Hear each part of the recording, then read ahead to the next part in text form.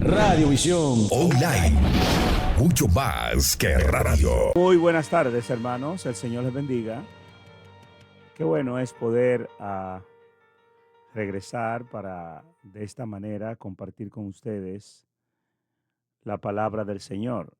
Siempre es un privilegio, inmenso privilegio, que nos regala Dios de poder compartir con tantos hermanos y tantos amigos, ¿no?, que siempre escuchan su programa Un lugar en la cumbre, auspiciado por la Iglesia El Camino, la cual me honro en pastorear, y también por esta radioemisora, lo cual agradecemos infinitamente.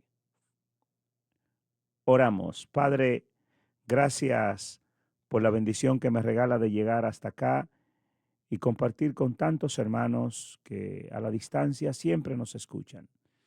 Oramos por aquellos que están pasando por situaciones difíciles y pedimos que por tu misericordia les alcance, les toque, les ayude. Los que están enfermos, Señor, que están esperando un milagro de parte tuya, porque sabemos que tú siempre obras. Te pedimos que les sanes, extienda tu mano sanadora y milagrosa. En el nombre de Jesús. Amén. Qué bueno. Como siempre, el privilegio es inmenso y para nosotros es una bendición poder dirigirme a tantos hermanos. Hoy quiero compartir con ustedes una reflexión bíblica que, bueno, compartimos en estos días recientes, en lo que fue el Domingo de Resurrección. Yo le titulé De la cruz a la tumba, de la tumba a la gloria, y en la gloria al dominio eterno en el reino. Es importante destacar lo que dice el libro de Mateo, capítulo 28, versículos 5 al 7. Y ahí nosotros vemos en ese relato bíblico el milagro que cambió el destino de la humanidad. Mas el ángel respondiendo dijo a las mujeres: no temáis vosotras, porque yo sé que buscáis a Jesús, el que fue crucificado. No está aquí, dice el pasaje. Qué categórico, ¿no? Al decir no está aquí. No está aquí, pues ha resucitado, como dijo. Venid, ved el lugar donde fue puesto el Señor. Así que el mismo ángel que está ahí a la puerta o en la tumba dice, le llama al resucitado el Señor. E id pronto y decid a sus discípulos que ha resucitado de los muertos, y aquí va delante de vosotros a Galilea. Allí le veréis. He aquí os lo he dicho. Al mismo tiempo, con esta última declaración, vemos la autoridad del ángel que está hablando. Primero reconoce la autoridad del Señor, llamándole Señor, y luego él, como una autoridad, le dice: ya les he ordenado a ustedes, les he dicho a ustedes que vayan delante, que vayan a encontrarse con él, porque ya él fue adelante. Luego, hermanos queridos, nosotros encontramos aquí que en la declaración que dice no está aquí, ha resucitado, como lo había dicho, es una muestra de que lo acontecido no era un accidente ni una coincidencia, era parte de un programa establecido por Dios, que su Hijo Jesús habría de dar su vida en rescate por la humanidad. Su vida la habría de entregar en la cruz del Calvario en rescate de la humanidad. Así que resucitó porque él mismo había dicho: yo pongo mi vida y la vuelvo a tomar. Así que él no está aquí, ha resucitado. Era una prueba de eso que el Señor lo ya había dicho. Así que de la cruz a la tumba da a entender que siempre después de la cruz viene la tumba. Y luego es ahí, después de la tumba, cuando se origina el gran milagro. No vamos a entrar en lo que sucede, de acuerdo como dicen algunos teólogos, lo que está haciendo Jesús mientras su cuerpo yace en la tumba, sino que vamos a limitarnos solamente el proceso por el cual pasa el ser humano. Ese proceso donde todos en alguna forma debemos tomar nuestra cruz y estar en nuestra cruz por un corto tiempo. Y que finalmente la cruz va a desembocar en la tumba. Y eso se ve claro en lo que Pablo le dice a los romanos acerca de lo que se ha de producir en la tumba. Porque Pablo, cuando le escribe a la iglesia de Roma, le dice que el espíritu que resucitó a Cristo de entre los muertos.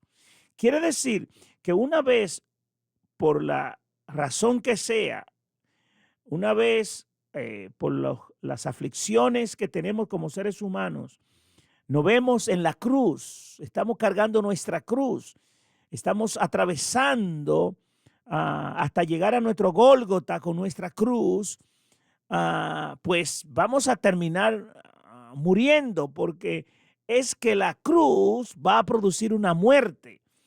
Y precisamente el Señor dijo que debíamos cada uno cargar nuestra cruz, tener nuestra cruz, porque son tantas las cosas que deben morir en nosotros, son tantas las cosas que deben de desaparecer de nosotros, que necesariamente tenemos que atravesar por la cruz. Y en ese acontecimiento de nuestro Señor, nacer de una mujer, luego durar 33 años y medio en la tierra, luego morir en la cruz, luego ir a la tumba y finalmente resucitar al tercer día, podemos verlo como un cuadro, como cuando uno está en un museo y está viendo distintos cuadros. Y en cada cuadro uno ve el retrato de la vida nuestra como seres humanos en la tierra. O sea, todos nacemos de una mujer y todos nos toca vivir un periodo de tiempo sobre esta tierra. Y en ese periodo de tiempo que pasamos en esta tierra, hay una serie de cosas que vivimos y que pasamos y que suceden en nuestras vidas. Y terminamos muriendo. Pero no nos quedamos en la tumba, porque todos tenemos un tercer día. En cualquier circunstancia de la vida, todos tenemos un tercer día. A todos nos llega nuestro tercer día. Todos pasamos 3 días. Todos pasamos, y esto estoy hablando en sentido figurado, naturalmente. Creo y entiendo que estoy hablando con personas que me puedan entender. Todos vivimos y pasamos por nuestro tercer día. Llega nuestro tercer día.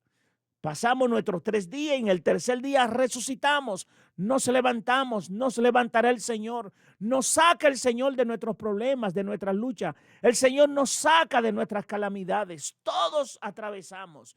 En ese acontecimiento que comienza el jueves, viernes, sábado y domingo, está retratada, fotografiada la vida del ser humano sobre la tierra. Y esa es una manera del Señor identificarse con nosotros y nosotros ver en el Señor, en su vida, cómo va o qué va a acontecer con nosotros y cómo terminaremos en esta vida. ¿Cómo terminaremos? Y es que, mis queridos hermanos, por eso vemos que nuestro Señor, con esa certeza y esa seguridad de que es su Padre, y eso lo dijo David en uno de sus salmos, que no permitiría que su santo vea corrupción. Vemos como su Padre lo rescata, lo saca, lo levanta al tercer día, como hará con nosotros también, como hará contigo también, amigo que me escucha en esta tarde, hermano que me escucha. El Señor te rescata, te saca, porque aún sirviéndole al Señor nos vemos atravesando, cargando nuestra cruz a cuestas, subiendo para ir al Gólgota, luego siendo burlado y crucificado, mis queridos hermanos. Pero el Señor no nos va a dejar ahí. De una manera u otra, no solamente mandará un cirineo que nos ayude, sino que también, aun cuando muramos, el Señor nos levantará y no nos dejará. Hay situaciones de la vida que parecen que nos van a matar, pero como yo he dicho muchas veces, ninguna prueba mata a nadie. Todos nos iremos con el Señor cuando el Señor lo determine. Y esto va para muchas personas que me están escuchando en este día, que están pasando por una u otra situación que parece que les va a matar, pero ninguna prueba mata a nadie. Todo está. El Señor Jesús dijo, y este es uno de los grandes misterios que hay en la vida cristiana. Cosas que a veces, ¿por qué son misterios? Porque no lo entendemos y a veces nos da brega aceptarlo. Porque muchas veces lo que no entendemos y se nos explica y se nos dice y no lo podemos entender porque no tenemos la madurez mental y emocional para entenderlo. A veces menos lo aceptamos y nos pasamos la vida luchando dando cosas contra el aguijón, porque no queremos aceptar la gran verdad de que todos viviremos. Nacemos de una mujer, vivimos un tiempo en esta tierra, luego, subimos a nuestra cruz y luego morimos y somos resucitados. Pasamos por una prueba, esa prueba aprendemos una lección y muchas veces parece que morimos, pero el Señor no nos deja y nos resucita, porque a todos nos llega un tercer día. Finalmente, para terminar, cuando Pablo le explica este gran misterio a los hermanos de Corinto, dice, y fíjense cómo Pablo lo explica, porque lo hace de una manera magistral. Él dice, mas ahora Cristo ha resucitado de los muertos, primicia, el primero nos enseña, nos muestra el camino. Dice Pablo, primicia de los que durmieron, primicia de los que durmieron es hecho. Versículo 21, porque por cuanto la muerte entró por un hombre, también por un hombre la resurrección de los muertos. Así que este pasaje, mirándolo desde uno de sus ángulos, porque tiene distintas maneras de verlo, da la impresión que todo lo que pasa a Cristo no solamente le ocurre con la finalidad de que nosotros seamos salvos, seamos redimidos, rescatados, tengamos una esperanza viva, tengamos una seguridad, sino que al mismo tiempo es una lección para que aprendamos a vivir en esta tierra. Es una lección para que aprendamos a vivir en esta tierra. Es lo que se esconde detrás de este versículo. Uno lo lee así a grosso modo, pero no lo ve. Pero el versículo 21 te lo dice, porque por cuanto la muerte entró por un hombre, también por un hombre la resurrección de los muertos.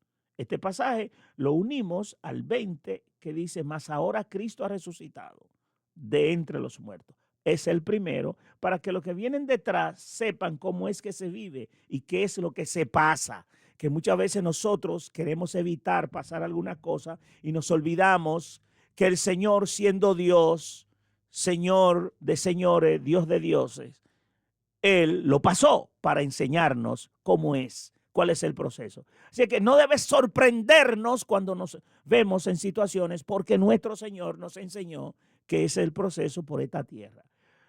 Y él explica, el versículo 21 explica por qué razón todo el mundo tiene que pasar por ese proceso. Bueno, porque el pecado entró por un hombre. El pecado trajo todo lo que nosotros podemos observar y ver en esta tierra y sufrir en esta tierra para enseñarnos. Vino el Señor a decirnos, mira, esto pasó por el pecado y yo vine y pasé esto por el pecado. Y ustedes, todo lo que han de pasar será por el pecado. Y con lo que yo vivo, dice el Señor, les enseño cómo vivir en esta tierra en medio de las presiones que produce el pecado.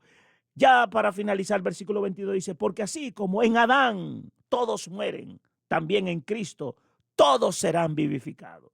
Versículo 23 dice, pero cada uno en su debido orden. Primero Cristo y luego nosotros. Está claro, ahí está establecido.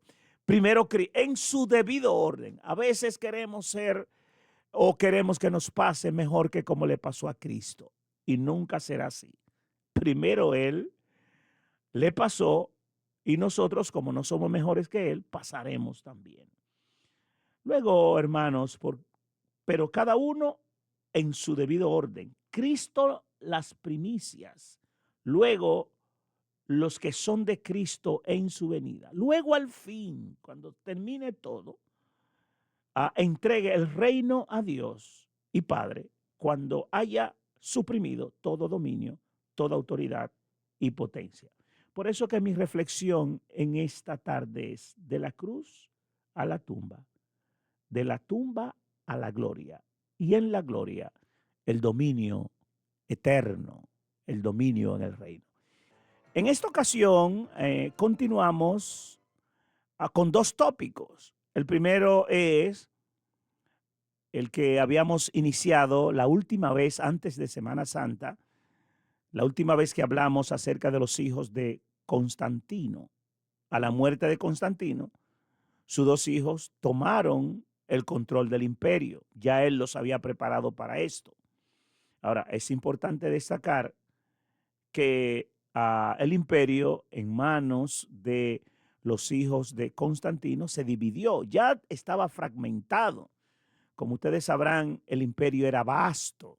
Algunos historiadores creen que para el tiempo de Constantino ya el imperio romano contaba con 80 millones de habitantes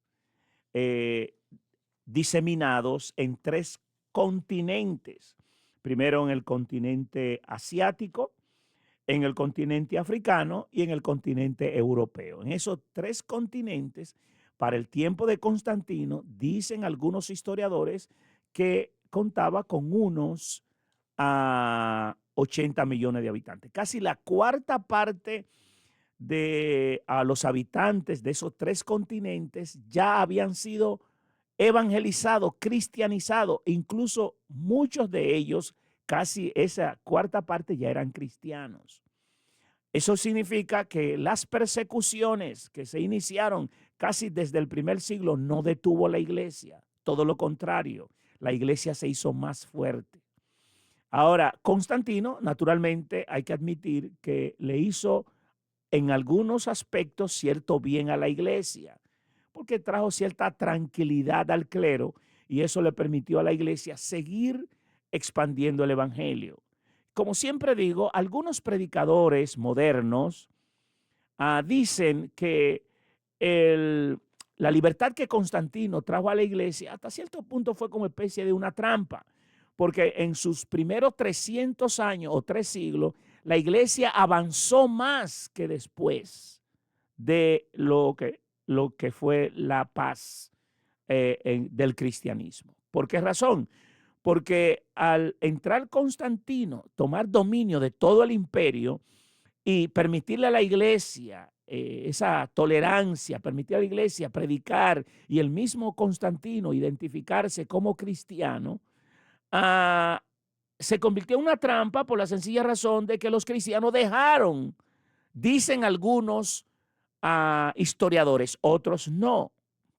Los más modernos sí dicen que los cristianos pues se acomodaron en los templos porque Constantino les arrebató los templos a los paganos, a los dioses paganos, algunos centros cívicos y gubernamentales que le llamaban para ese tiempo basílicas, se las entregaron a los cristianos para que tuvieran donde adorar, y eso a su vez, aunque parecía una bendición, pero los cristianos se acomodaron en 4 paredes y dejaron de ir a predicar la palabra. Eso dicen algunos historiadores. Sin embargo, mis queridos hermanos, no se puede negar que Constantino le hizo mucho bien a la iglesia. Así es que cuando se habla de los hijos de Constantino, el historiador, en este caso, Justo González dice que, perdóneme, Sonia Martínez dice que la muerte de Constantino fue seguida por la división del imperio entre sus 3 hijos, con algunas disposiciones relativas a otros parientes que fueron frustradas por una intriga de palacio y una matanza.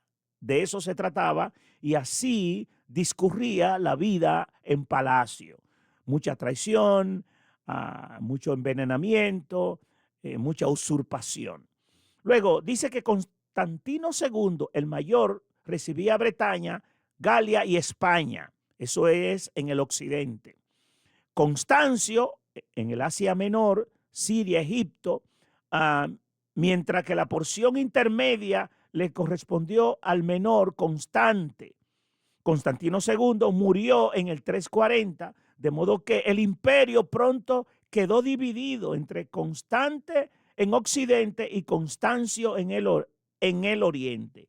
Ambos emperadores desde el principio se mostraron más unilaterales que su padre en cuestiones religiosas.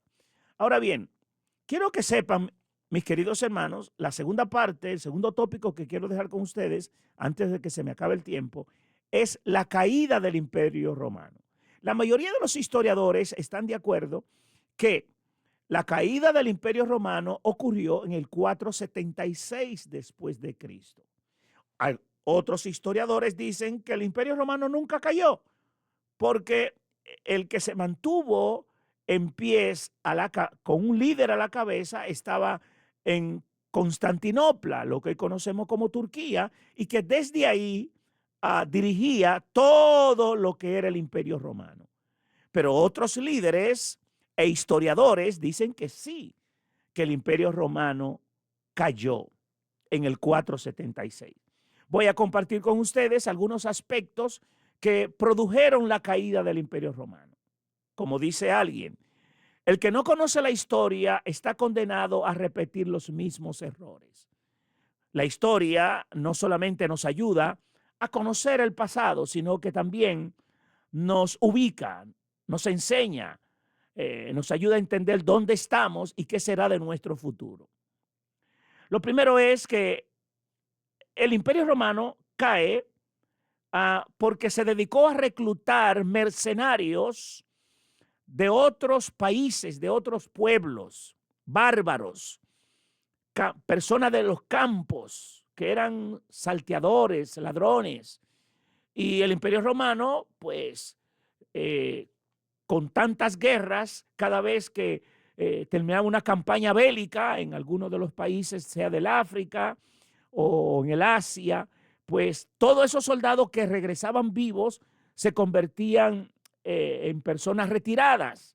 Así que le seguía faltando soldados al imperio y por tanto el imperio se vio precisado a buscar mercenarios. Y naturalmente si el Imperio Romano quería abarcar tanto territorio como era la visión y la meta de los emperadores, pues tenía que reclutar personas para que le ayudaran a lograr esa meta. Así que esos mercenarios y soldados extranjeros que fueron reclutados para integrar el ejército del Imperio Romano, más tarde se sublevaron contra el Imperio Romano, porque se convirtieron en enemigos dentro del mismo imperio. Lo segundo es el alto costo de mantener un imperio. Como ustedes sabrán, que el Imperio Romano fue abarcando, se puede imaginar, desde lo más alto de lo que es Bretaña, pasando por Galia, Francia, España, Bulgaria, y todos esos países, Dinamarca, todos esos países que están en el norte de Europa, hasta el África, era bastante. Y hacia el este, Asia, era bastante territorio, mis queridos hermanos. Toda la cuenca del Mediterráneo era bastante territorio. Y eso demandaba recursos, demandaba dinero. Y el imperio en alguna forma quedó en bancarrota porque no tenía para pagarle a los soldados y no tenía para mantener a los pobres que deambulaban por las calles de Roma, que eran sostenidos por el Imperio Romano. Y todo esto fue contribuyendo a la caída del imperio. Lo tercero es la invasión bárbara desde los distintos puntos del norte de Europa. Fueron ganando terreno al punto que llegaron a ver muchos militares que dominaban en distintas regiones y llegaron a dominar también el imperio. Lo cuarto que produjo la caída del Imperio Romano fue, algunos piensan que con el surgimiento del cristianismo, se cree que el cristianismo también, y esto es paradójico, ¿no? Que el cristianismo también contribuyó a la caída del Imperio Romano. ¿De qué manera? Bueno, la mayoría de los líderes políticos y de los potenciales líderes militares, en lugar de seguir viviendo su vida política y su vida militar, se integraron al cristianismo, porque en el cristianismo vieron la puerta para ellos ser líderes y de esa manera dejaron atrás lo que era la misión o el trabajo dentro del imperio. Así que como ya no iban a ejercer cargos políticos, mucho menos militares, porque se habían hecho cristianos, se habían integrado como cristianos, aspirando a ser papas, obispos, aspirando a ser jerarcas dentro de la iglesia, eso también dejó al imperio sin líderes políticos, sobre todo sin líderes militares, y eso contribuyó a lo que es o a lo que fue la caída del imperio. Por último, porque ya se me acabó el tiempo, como consecuencia del alto costo de mantener el imperio, una pobreza extrema se apoderó del imperio. Eran tantas las personas que andaban deambulando por las calles, recogiendo comida en zafacones, y personas en las miserias y enfermas, y todo esto también contribuyó con la caída del imperio romano. Ahora, lo grande de todo esto era que mientras el imperio romano caía, la iglesia seguía subsistiendo, la iglesia seguía hacia adelante. Dios utilizó al imperio romano, o en este caso a lo que fue Constantino como emperador, para que la iglesia tuviera un aire y tuviera un tiempo de paz.